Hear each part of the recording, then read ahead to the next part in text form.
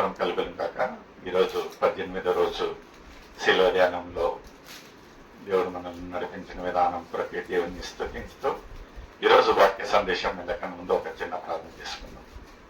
మమ్మల్ని అతి మిక్కిలిగా ప్రేమించిన దేవానికి వేలాది స్తోత్రం ప్రభా. గడిచిన ఒక 17 రోజుల్లో శిలువ ధ్యానం మమ్మల్ని నడిపించిన విధానం కొరకే వేలాది స్తోత్రం ప్రభా. ఈరోజు 18వ రోజు ప్రభా, మీ యొక్క శిలువ ధ్యానాన్ని ప్రభావం మేము ధ్యానిస్తుండగా కావలసిన బలము, శక్తి, పరలోక జ్ఞానం దయచేస్తారంటూ సకల మహిమ మీకే చెందేలాగున యేసయ్య పరిశుద్ధ నామం అడిగి వేడుచున్నాను తండ్రి, ఆమేన్. హల్లెలూయా.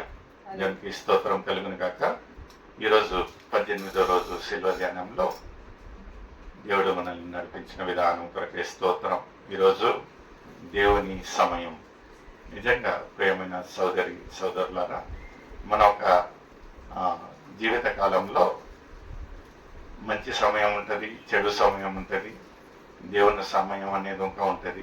దేవుని సమయం అనగా మన ఒక జీవితంలో ఏమన్నా అద్భుతాలు జరగాలి, ఏదో ఒక మంచి కార్యాలు జరగాలి, అది దేవుని చిత్త ప్రకారంగా ఉన్నట్లయితే మనము దాని నుంచి ఎంత దూరం వెళ్ళిననో ఆ ఒక సమయము ఆ దేవుడు సమకూర్చిన, లేకపోతే దేవుడు నిర్ణయించిన ఆ ఒక సమయంలో ఆ ఒక అద్భుతాలు, ఆ ఒక కార్యాలు జరుగుతాయి.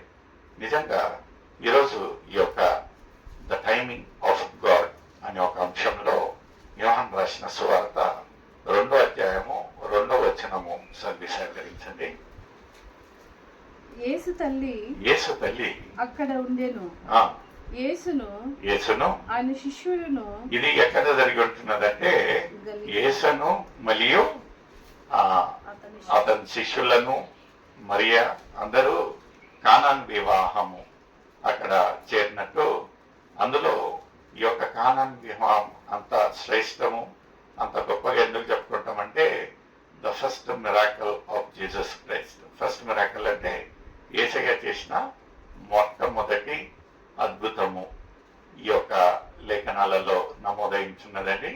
ఇక్కడ ఏమైంటున్నదంటే వాళ్ళను ఆ ఒక వివాహానికి ఆహ్వానించినప్పుడు అక్కడ ఏమవుతుందంటే ఆ ఒక ద్రాక్షారసము, ఆ ఒక వివాహంలో ద్రాక్షారసము అయిపోయినట్టు మనం చూస్తూ ఉంటున్నాము.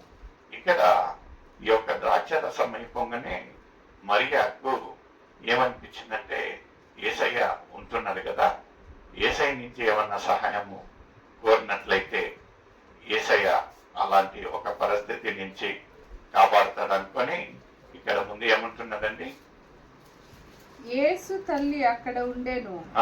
యేసును ఆయన శిష్యులను ఆ వివాహమునకు పిలువబడి ద్రాక్షారసం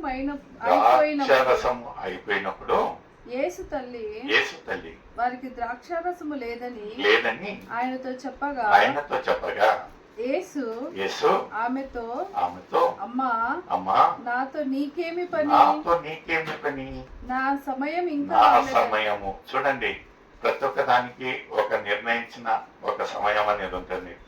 ఇక్కడ ఇంకా ఏమో తల్లి చెప్పేది అని హఠాత్తుగా యేసయ్య ఏం స్పందించలా. ఎందుకంటే యేసయ్య ఇక్కడికి వచ్చిన ఒక ప్రణాళిక ఏముంటున్నది, ఏ సమయంలో ఏం చేయాలనేది ఆయనకు బాహాటంగా తెలుసు. అందుకనే తల్లిగారు వచ్చి చెప్పినను ఈయన ఏమంటా ఉంటున్నాడంటే, అమ్మా ఎందుకు నా సమయం ఇంకా రాలేదు, మీరెందుకు వచ్చి నాకు చెప్తా ఉంటున్నారు అనే ఒక విషయాన్ని ఇక్కడ ఉన్నట్లయితే, అయితే మరియాకున్న ఒక గొప్ప విశ్వాసం చూడండి. ఏమంటా ఉంటున్నారంటే ఈ యొక్క మాటలిని ఆయన తల్లి పరిచారకులను చూచి ఆయన మీతో చెప్పునది చేయుడి. చూడండి ప్రియమైన సోదరత, మనముగా విశ్వాసులుగా, ఆత్మీయులుగా ఈ యొక్క 17 రోజులు వాక్య సందేశం వింటా ఉంటున్నాము, దేవుని యొక్క సహవాసంలో ఉంటా ఉంటున్నాము. ప్రతిరోజు ఏదో ఒక అంశం ద్వారా, ఏదో ఒక వాక్యం ద్వారా యేసయ్య నీతో నాతో మాట్లాడుతూ ఉంటున్నాడు. ఏదో ఒక దైవ సేవకం ద్వారా మా అన్నతో మాట్లాడినప్పుడు మనం ఏం చేయాలంటే మనకు దాన్ని గ్రహించే ఒక మనస్సు దాన్ని అంగీకరించే ఒక హృదయము, వినే చెవులు ఉండాలి. ఎందుకంటే ఏ ఒక్క మాట మనతో ఏ రీతిగా మాట్లాడబోతా ఉంటున్నది, ఏం చెప్పబోతా ఉంటున్నది అనేది మనం గ్రహించాలి. ఇక్కడ ఇంకా ఆ తల్లి గారు అక్కడ ఉన్న పరిచారకులకు ఏమంటా ఉంటున్నదంటే, ఆయన ఏం చెప్తా ఉంటున్నాడో మీరు దాన్ని చేయండి, ఎందుకు ఏమి అనేది అడగకూడదు. మనలో విశ్వాసులలో ఉండే ఒక లోపం ఏముంటున్నదంటే, దేవుడు చెప్పినట్టు చేయమండి. మనకు ఇంకా ఎక్కడ లేని సందేహాలు, సంశయాలు. నిజంగా దేవుడే చెప్పారా, నిజంగా మనం ఇలానే చేయాలన్నా, అలాంటప్పుడు మన ఒక విశ్వాసము కదిలింపబడతా ఉంటున్నది. మనం అనుకున్నట్టుగా లేకపోతే దేవుడు నిర్ణయించిన ఒక కార్యాలు మన ఒక జీవితాలలో జరగవు, మనం బాధపడతాం. ఎందుకంటే ఇక్కడ ఒక చూడండి, తల్లి గారు ఆ ఒక పరిచర్లకు ఏమంటా ఉంటున్నదంటే, ఆయన ఏమి చెప్తాడో మీరు దాన్ని చేయండి అంటా ఉంటున్నది. ముందు చదవమ్మా. యూదుల శుద్ధీకరణాచార ప్రకారము 2 3 తూముల పట్టు 6 రాతి బాణలు అక్కడ ఉన్నాయి. ఇక్కడ చూడండి, అక్కడ ద్రాక్ష రసము ఆ ఒక 6 రాతి బాణలలో ఉన్నాయి, అన్ని అయిపోయినట్టు మనం చూస్తా ఉంటున్నాము. ఇప్పుడు యేసయ్య వారితో ఏమంటా ఉంటున్నాడంటే, యేసు ఆ బాణలో నీళ్లతో నింపుడు వారితో చెప్పగా వారు వాటిని అంచుల మట్టుకు చూడండి. ఆయన ఏమంటా ఉంటున్నాడంటే, ఇప్పుడు మనము మామూలుగా ఏమన్నా ఇంట్లో ఆహారము అంటే భోజనాలు ఏమన్నా అయిపోయినాయి అనుకోండి, మనము 6 డేక్షాలలో ఉండేది. అప్పుడు మనం ఏం చేస్తామంటే, మొదటి డేక్షాలో వండంగానే మనం దాన్ని వడ్డిస్తాము కదా. అయితే ఇక్కడ ఏమంటా ఉంటున్నాడు యేసయ్య అంటే, 6 రాతి బాణల్లో మీరు నింపండి. ఇప్పుడు ఇల్లు నింపే వాళ్ళకు ఒక సందేహము, అరే అయిపోయింది కదా, ఇప్పుడు ప్రస్తుతానికి it's a time of emergency, ఒకటి నింపుదాము, ఆయన దాన్ని కార్యం చేయొచ్చు కదా, రెండోది నింపొచ్చు కదా, అన్ని నింపేంత వరకు ఎందుకు ఆలస్యం చేస్తా ఉంటున్నాడు, అతి అంచుల వరకు నింపమంటా ఉంటున్నాడు అని వాళ్ళు ఎంత సనుగుతూ గొనుగుతూ ఆ ఒక్క 6 రాతి బాణలు నింపి ఉంటున్నారో మనకైతే తెలియదు. అయితే ఒక గొప్ప విషయం ఏముంటున్నదంటే, ఆ ఒక 6 రాతి బాణలను వాళ్ళు ఆయన చెప్పిన రీతిగా సంగకుండా గొనగకుండా ఏ ఒక్క సందేహం లేకుండా నింపినట్టు మనం చూస్తా ఉంటున్నాము. నిజంగా ప్రియమైన సోదరి సోదరుడా, దేవుడు చెప్పిన ఒక కార్యాన్ని మనం ఇంకా సందేహం లేకుండా చేయాలి. ఎందుకులే, ఒక రోజు ప్రేయర్ చేస్తే అవుతుంది కదా, ఒక రాత్రి ప్రేయర్ చేస్తే అవుతుంది కదా, కాదు నిజంగా.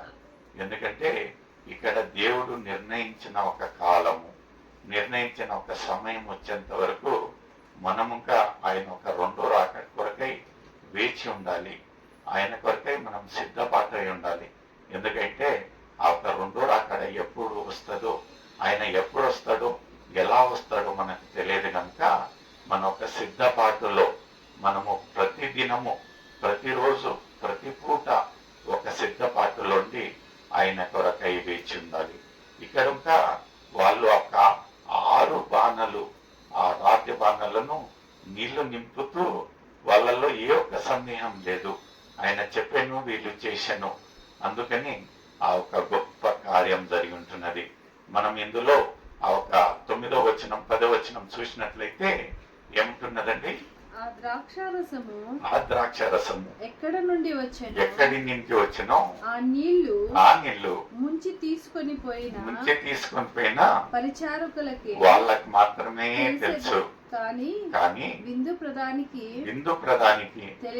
ఏమి తెలియలేకపోయాది గనుక ద్రాక్షారసమైన ఆ నీళ్లు రుచి చూచినప్పుడు ఆ విందు ప్రధాని పెండ్లి కుమారుని పిలిచి ప్రతివాడును మొదటిగా మంచిగా ద్రాక్షరసము పోసి జనులు మత్తుగా మత్తుగా ఉన్నప్పుడు జబ్బు రసము పోయిను నీవైతే ఇదివరకును మంచి ద్రాక్ష హల్లెలూయా. చూడండి, మొదటి కంటే మనం ఏం చేస్తామంటే ఆయన చెప్పారంట, ఏంది అందరూ మొదటిగా మంచి ద్రాక్ష రసము, ఆ తర్వాత అందరూ ఒక మైకంలో ఉన్నప్పుడు ఆ జబ్బు ద్రాక్ష రసము పోసి వాళ్ళకు ఆ ఒక రుచి తెలియకుండా పోతుంది. అయితే మీ ఒక విందులో, మీ యొక్క వివాహంలో ఏంది ఒక అద్భుతము, ఆఖరి వరకు ఇప్పుడు వరకు అంత అద్భుతంగా రుచికరమైన ఒక ద్రాక్ష రసంని సేవ చేస్తూ ఉంటున్నారు. నిజంగా ప్రియమైన సదస్సురా, మనం ఇంకా యేసయ్యతో ఉన్నప్పుడు, యేసయ్యతో పాటు ఉన్నప్పుడు మన ఒక జీవితాలు మొదటి కంటే అంతము, మనము ప్రారంభ శూరులు కాదండి, అంతము ఎలా ఉంటున్నదా అనేది మనం ఆలోచన చేయాలా. దేవునితో ఉన్నప్పుడు, యేసయ్యతో ఉన్నప్పుడు, ఆయన ఒక రాకడ కొరకై మనం వేచి ఉన్నప్పుడు మన ఒక ముగింపు ఎంత అద్భుత రీతిగా అంటే ఇలా ఆ ఒక ద్రాక్ష రసం లాగుంటున్నది.